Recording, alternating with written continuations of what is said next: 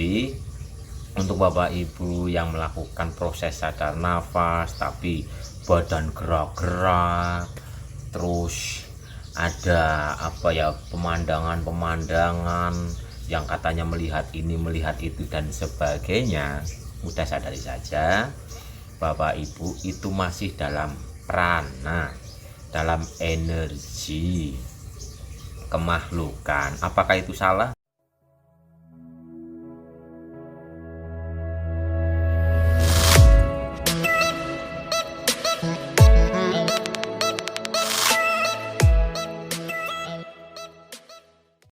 Oke, jadi untuk Bapak Ibu yang di saat sadar nafas itu masih gerak-gerak, masih silat lah, masih masih gini dan sebagainya, udah sadari saja itu tanda Bapak Ibu sadar nafasnya masih dalam dimensi prana atau dimensi kemahlukan. Jadi untuk Bapak Ibu yang melakukan proses sadar nafas tapi badan gerak-gerak, terus ada pemandangan-pemandangan yang katanya melihat ini melihat itu dan sebagainya, udah sadari saja Bapak Ibu itu masih dalam prana, dalam energi kemahlukan. Apakah itu salah? Tidak, itu adalah suatu proses perjalanan. Jadi Bapak Ibu cukup sadari saja, oh ya, saya masih berada dalam energi kemahlukan. Udah lanjutkan saja. Ketika ada sensasi gerak lah, pemandangan apalah, cukup amati dengan kenetralan. Jadi mengamatinya itu tidak memikirkan ini apa, maksudnya apa, kok gini, nggak ada prasangka sama sekali. Cukup menjadi pengamat. Nanti gerak-gerak yang mungkin seperti silat lah atau kungfu lah atau apa, asal kita terus menikmati nafas, menghayati nafas, gerak-gerak itu akan semakin mereda dan akhirnya tubuh kita akan tenang. Karena sadar nafas itu adalah jalan keterkoneksian diri kita dengan diri sejati kita yang pada akhirnya nanti akan terkoneksi dengan sejati diri yang sejati, yaitu Tuhan itu sendiri.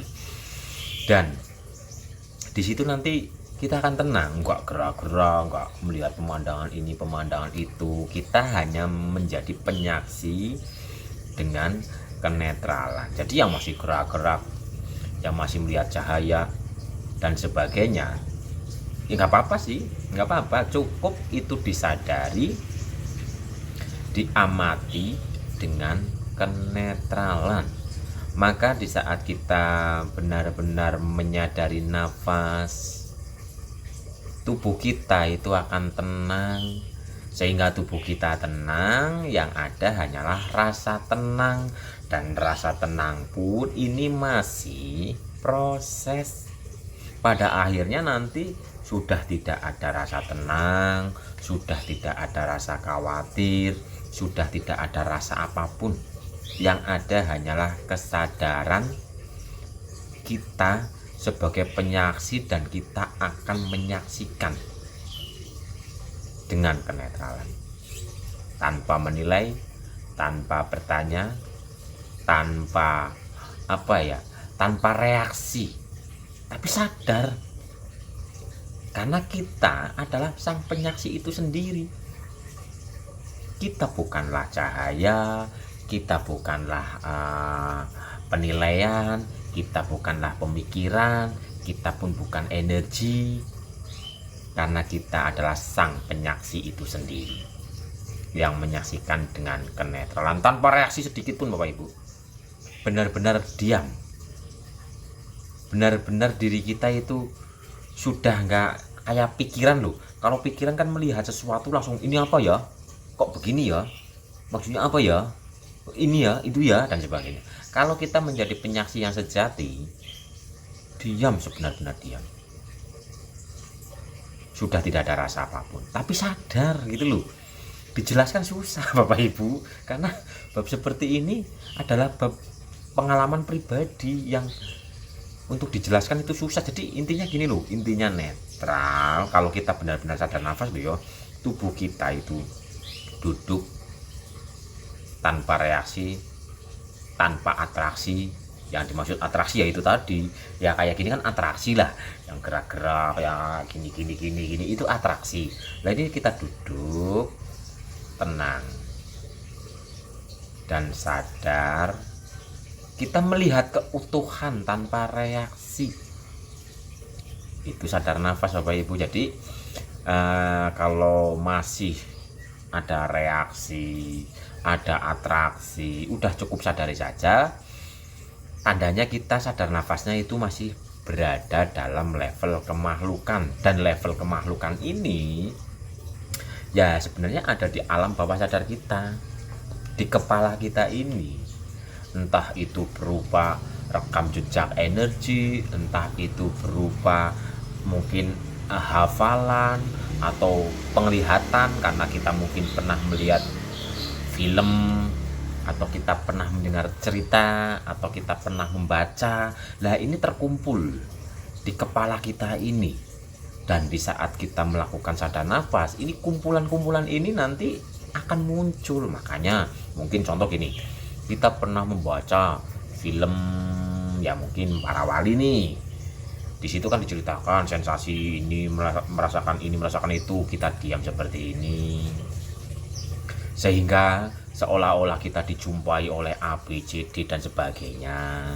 Padahal bisa jadi itu adalah rekam atau rekaman dalam otak kita, karena kita pernah melihat, kita pernah mendengar, kita pernah pernah membaca mungkin cerita seperti itu, sehingga di saat kita sadar nafas itu muncul.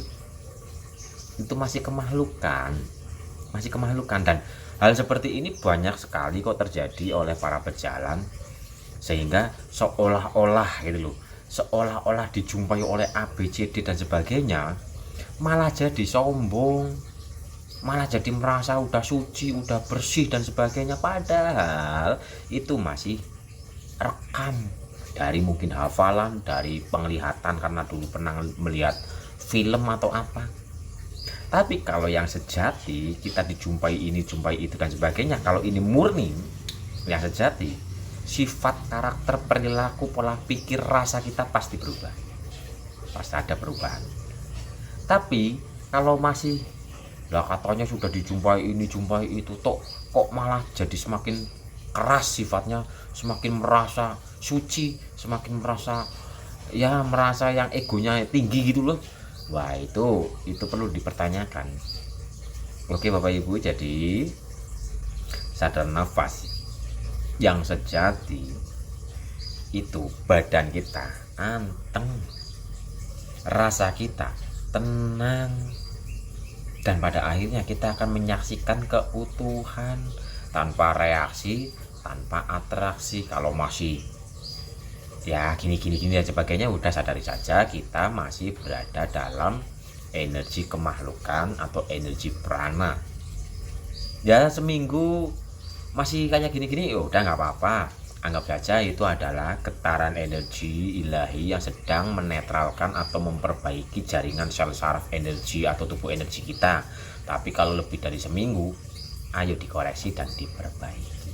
Begitu ya Bapak Ibu, yang masih suka kayak gini dan sebagainya, kok lebih dari seminggu, ayo diperbaiki agar kita masuk ke dalam rohani, bukan selalu di energi kemahlukan terus menerus, nggak ada ujungnya. Nanti goyang-goyang terus nikmat, goyang-goyang ya nikmat, ya sehat.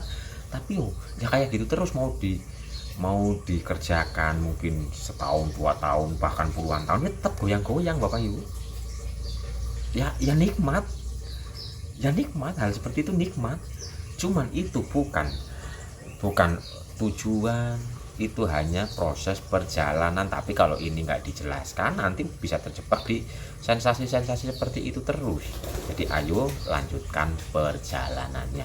Yang masih gerak-gerak, amati, sadari, amati, agar gerakannya diam, agar rasanya tenang, dan kesuksesan keberhasilannya adalah di alam nyata kita selalu sadar, rasa kita atau jiwa kita selalu tenang, sehingga perilaku sifat karakter kita itu akan mengikuti kehendak ilahi, bukan kehendak ego.